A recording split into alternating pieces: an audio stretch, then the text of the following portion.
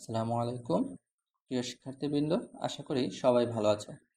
আজকে আমরা বিজ্ঞান অনুশীলন বইয়ের প্রথম অধ্যায়ের পঞ্চম ও ষষ্ঠ সেশন নিয়ে কথা বলবো। তোমাদের খেলাধুলার প্রস্তুতি কত দূর?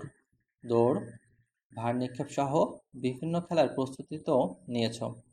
এই সেশনে ক্যারাম খেলার প্র্যাকটিস করা যাক। যথারীতি প্রতিটি দল থেকে যেই সদস্য ক্যারাম খেলায় অংশগ্রহণ করবে তারা প্র্যাকটিসে যোগ দাও। প্র্যাকটিস শেষ, তাহলে এবার এই খেলাটা নিয়ে একটু আলোচনা করা যাক। ক্যারাম খেলার সময় লক্ষ্য করেছো যে ক্যারাম খেলার স্ট্রাইক যত জোরে টোকা দেওয়া হয় সেটি উল্টো পাশে ধাক্কা খেয়ে তত জোরে ফিরে আসে। আরেকবার দেখে নিতে চাইলে আবার স্ট্রাইকের টোকা দিয়ে দেখো। একই রকম তুমি যদি কোনো দেয়াল বা শক্ত জায়গায় ঘুষি দাও, যত জোরে ঘুষি দেবে তত বেশি ব্যথা পাবে। এটা নিশ্চয়ই তোমাদের বলে দিতে হবে না। বেশি জোরে ঘুষি দিয়ে আবার পরীক্ষা করে দেখতে যেও না। এই সহজ সরল সূত্রটি নিউটনের তৃতীয় গতিসূত্র। তোমাদের অনুসন্ধানী পাঠ্য বই থেকে নিউটনের তৃতীয় সূত্র সম্পর্কে আরেকটু বিস্তারিত জেনে নাও। শিক্ষক সহ ক্লাসের বাকিদের সাথে আলোচনা করো। এখানে নিউটনের যে তৃতীয় সূত্র রয়েছে, নিউটনের তৃতীয় সূত্রটি হলো মূলত প্রত্যেক ক্রিয়ারই একটি সমান ও বিপরীত প্রতিক্রিয়া বল রয়েছে। আমরা সহজভাবে এটাকে বলতে পারি যে প্রত্যেক ক্রিয়ারই একটি সমান ও বিপরীত প্রতিক্রিয়া বল রয়েছে। এটাকে বলা হয় হলো নিউটনের তৃতীয় সূত্র। এই সূত্র কাজে লাগিয়ে কি ধরনের সমস্যা সমাধান করা যেতে পারে বলতো? অনুশীলন বইয়ে উদাহরণ হিসেবে এই ধরনের একটি গাণিতিক সমস্যা রয়েছে, সেটা একবার দেখে নাও। নিচে ফাঁকা জায়গায় প্রদত্ত সমস্যাটির সমাধান করো। এই যে আমাদের আরেকটি সমাধান রয়েছে, এটাকে আমাদের এখানে পূরণ করতে হবে। তাহলে গাণিতিক সমস্যাটা কি রয়েছে আমরা একটু দেখে নিই। একটি কাঠের পাটাতন সর্বোচ্চ 50 নিউটন বল প্রতিক্রিয়া বল দিতে পারে। প্রতিক্রিয়া বল রয়েছে হলো 50 নিউটন। একটি সাইকেলের ভর হলো 15 কেজি এবং স্কুটারের ভর হলো 110 কেজি হলে কোনটিকে এই পাটাতনে রেখে মেরামত করা যাবে? মানে কোনটিকে পাটাতনে রাখলে পাটাতন সর্বোচ্চ যে প্রতিক্রিয়া, যখন একটা বস্তু রাখা হয় কোনো একটা পাটাতনের উপরে বা কোনো একটা জায়গায়, তখন ও কি করে, ও একটা বল প্রয়োগ করে।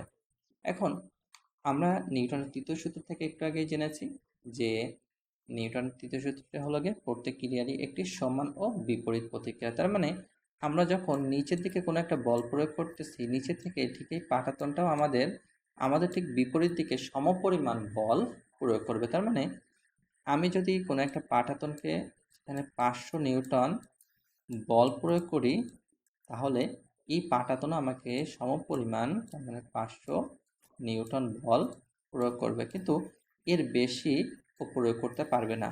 তাহলে এখানে আমাদের যে দুটি উদাহরণ রয়েছে, যে 15 কেজি এবং 110 কেজি, এদের ভিতরে কোন বলটি রেখে মেরামত করা যাবে যেখানে সর্বোচ্চ 500 নিউটন বল কি থাকবে প্রতিক্রিয়া? চলো তাহলে আমরা এটাকে একটু দেখে নিই।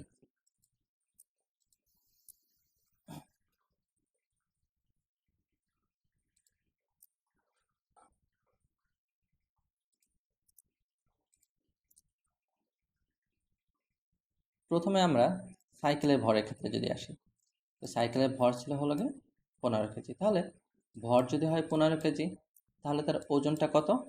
ওজন করতে গেলে কি করতে হয়, তখন তার সাথে অভিকর্ষ ত্বরণের মান গুণ করতে হয়। অভিকর্ষ ত্বরণের যে মানটা ছিল, অভিকর্ষ ত্বরণকে আমরা জি দ্বারা প্রকাশ করি। জি সমান সমান হলো তার মান, এই মানটাকে সারাটা জীবন মুখস্থ করে রাখবে, 9.8 মিটার পার সেকেন্ড স্কয়ার। এটাকে বলা হয় অভিকর্ষ ত্বরণ। অভিকর্ষ ত্বরণকে ছোট হাতের জি দ্বারা প্রকাশ করা হয়। তার মানে ওজন বের করতে হলে তখন কি করতে হবে, ভরের সাথে এই ওজনের ক্ষেত্রে কি করতে হবে, অভিকর্ষ ত্বরণকে গুণ করতে হবে। অভিকর্ষ ত্বরণের মান 9.8, গুণ করলে আমরা একটা মান পেলাম, মানটা হলো গিয়ে কত, 147 নিউটন। আবার আসি, আমাদের স্কুটারের একটি ভর ছিল, স্কুটারের ভরটি কত, 110 কেজি। তাহলে ভর থেকে আমাকে কিসে আসতে হবে, একই রকমভাবে ওজন বের করতে হবে। তাহলে ওজন কত, ওজনটা আমরা কিভাবে বের করেছি, সেই ভরের সাথে আমরা কি করব, অভিকর্ষ ত্বরণকে গুণ করব। যে অভিকর্ষ ত্বরণ মান তাহলে যদি আমরা গুণ করি তাহলে আমরা দেখতে পাই কত পাই, 1078। এখন একটু খেয়াল করে দেখো, আমাদের পাটাতনে সর্বোচ্চ প্রতিক্রিয়া বল প্রয়োগ করতে পেরেছিল 500 নিউটন, কিন্তু আমরা দেখতে পাচ্ছি স্কুটারের ভর হলো গিয়ে 1078। তার মানে ও পাটাতনের উপর 1078 বল ও প্রয়োগ করবে, কিন্তু প্রয়োগ করলে পাটাতনের ক্ষমতা আছে সর্বোচ্চ 500 নিউটন। তার মানে পাটাতন কি করতে পারবে না, ও সমপরিমাণ বলটা বিপরীত প্রতিক্রিয়া বলও দিতে পারবে না। তার মানে পাটাতনে রেখে ওকে মেরামত করা সম্ভব নয়, মানে পাটাতনে তার উপর তাকে রাখা যাবে না। তাহলে আমরা সাইকেলে দেখতে পাচ্ছি সে কি করতেছে, 500 থেকে কম বল প্রয়োগ করতেছে। তার মানে ও কি করতে পারবে, ও ওর সীমার ভিতরে থাকতে পারবে। তার মানে সাইকেল পাটাতনের উপর রেখে মেরামত করা যাবে। এরপরে নিউটনের 3টি গতিসূত্র নিয়ে তো আলোচনা হলো। আমরা এখন বিজ্ঞানের সেসব তথ্য বা সূত্র পড়ে থাকি, যেসব তথ্য বা সূত্র পড়ে থাকি সেগুলো কিন্তু একদিনে আসেনি।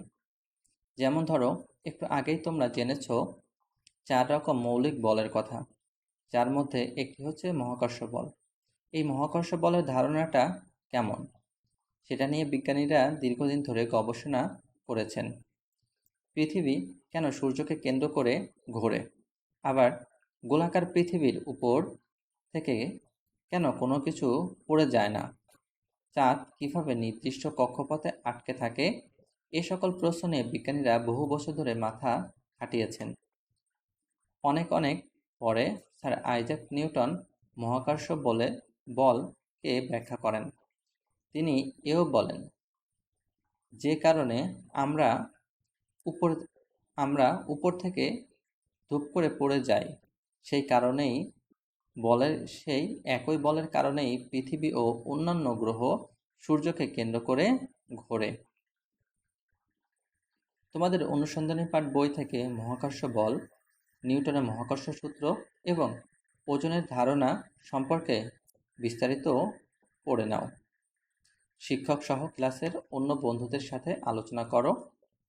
মহাকর্ষ সূত্রের সাহায্যে কিভাবে গাণিতিক সমস্যা সমাধান করা যায় তা নিশ্চয়ই দেখেছ। তোমরাও কি এরকম সমস্যার সমাধান করতে পারবে? নিচের ফাঁকা জায়গায় প্রদত্ত সমস্যাটির সমাধান করো। তাহলে আমাদের এখানে আরেকটি গাণিতিক সমস্যা রয়েছে। সমস্যাটি কি রয়েছে আমরা একটু দেখে নিই। তোমাদের কাছে এমন একটি দড়ি আছে যা 200 নিউটন বলে টানলে ছিঁড়ে যাবে। এই দড়িটি দিয়ে তোমাকে একটি বক্স ঝুলিয়ে রাখতে দেয়া হলো। তুমি কি যে কোনো ভরের বক্স ঝুলাতে পারবে? তার মানে আমাদের কোনো একটা দড়ি, ধরো আমাদের একটা বস্তুর সাথে কোনো একটা দড়ি বেঁধে রাখা আছে। এখন এই দড়ির সাথে দড়ির যে টান সহনশীল ক্ষমতা রয়েছে তার মানটা হলো গিয়ে 200 নিউটন। এখন এখানে আমাদের একটা বস্তু ঝুলিয়ে রাখতে বলা হয়েছে, বা যে কোনো একটা বক্স যদি আমরা ঝুলিয়ে রাখি, এখন এই ঝুলিয়ে রাখলে তার যে ভরটা রয়েছে, আমরা কি যে কোনো ভরেরই বস্তু নিতে পারবো, নাকি নির্দিষ্ট পরিমাণ ভরের কোনো বস্তু আমাদের নিতে হবে? চলো তাহলে আমরা দেখে নিই।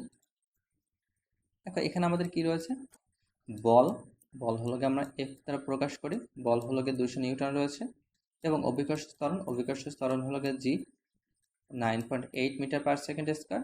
এবং আমাকে যে ভরটা নির্ণয় করতে হবে, সেই ভরটা কত ভর আমাকে বলেছিল, কত ভর, তাহলে ভর সমান সমান হলো গিয়ে কে আমাদের বের করতে হবে, কত ভর বের করতে। তাহলে আমরা জানি বল সমান সমান হলো গিয়ে mg, তা আমাদের প্রয়োজন হলো গিয়ে এমকে, তার মানে আমরা একটা পার্শ্ব পরিবর্তন করে নিলাম।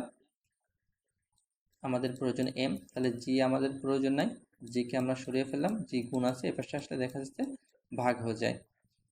এবার আসি এম সমান সমান আমাদের প্রয়োজন, তার মানে এফ বলের মান পেয়েছি 200 নিউটন বাই হলো গিয়ে 9.8 মিটার পার সেকেন্ড, এটা হলো গিয়ে জি এর মান, তাই বসিয়ে দিলাম। ক্যালকুলেশন করলে আমরা দেখতে পাচ্ছি যে আমরা পেয়েছি হলো গিয়ে 20.4 কেজি।